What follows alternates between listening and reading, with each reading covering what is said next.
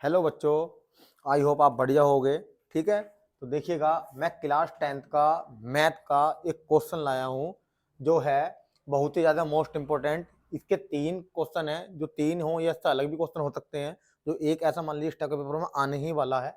तो देखिएगा, निम्नलिखित का यूक्लिड विभाजन एल्गोरिथम के द्वारा HCF ज्ञात करना। तो मैंने यहाँ पर 3 क्वेश्चन लिख लिए हैं, पहला, दूसरा, तीसरा। अब देखिए मैं तीनों में से आपको एक करके दिखाऊंगा और आपको 2 स्वयं करने हैं। अगर आपसे नहीं होते हैं तो आप मुझे कमेंट में बता देना, मैं उसका सॉल्यूशन डाल दूंगा। अब देखिएगा यहाँ पर बोला है यूक्लिड विभाजन एल्गोरिथम।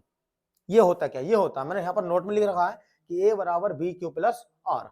अब देखिएगा यहाँ पर comma r not is equal to 0, तो हम इसको भाग में इस प्रकार से लिखेंगे। ठीक है, तो ये थोड़ा वैसे है। तो देखिएगा ना, मैंने यहाँ पर सोल्व गिवन डेट लिख लिया। अब देखिएगा जौन सी संख्या छोटी है उसकी तरफ को मुंह छोटा, जौन संख्या बड़ी उसकी तरफ को मुंह बड़ा, इसका मतलब होता है लेस देन। ठीक है, अब देखिए HCF ज्ञात करना हमने लिख दिया।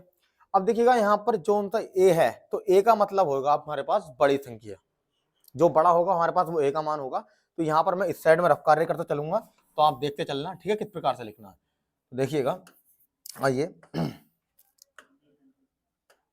अब देखिएगा, आपको 135 से 225 को भाग देना है।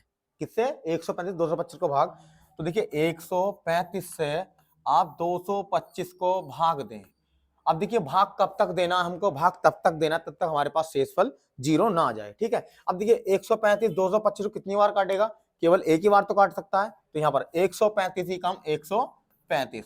अब देखिएगा हम इसमें घटाएंगे, तो देखिएगा 5 में से 5 गया तो 0 बचेगा यानी 0।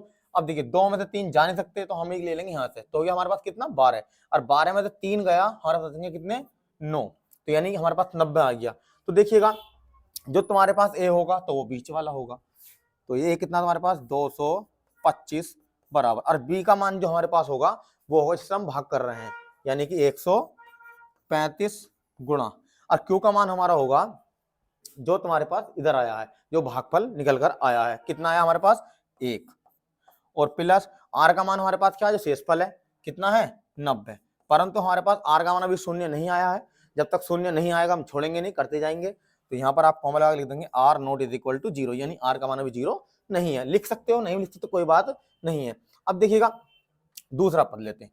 अब हम 90 से भाग करेंगे इसको, इससे पहले भाग कर रहे थे, कितना है 135। अब देखिए 90 135 को कितनी बार काटेगा? एक ही बार काटेगा, 90 ही कम 90।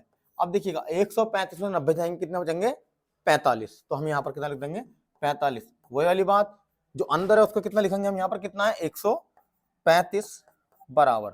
अब देखिए 90 था यहाँ पर हम 90 लिखेंगे, यानी बी का मान 90। मैंने आपको नोट में बताया था 90 गुणा कितनी बार काटा है, एक बार, प्लस शेषफल कितना हमारा 45। ठीक है, comma r not equal to यहाँ पर हमारे पास 0 है, नहीं है अभी तक। ठीक है, अब देखिए अभी 0 नहीं आया।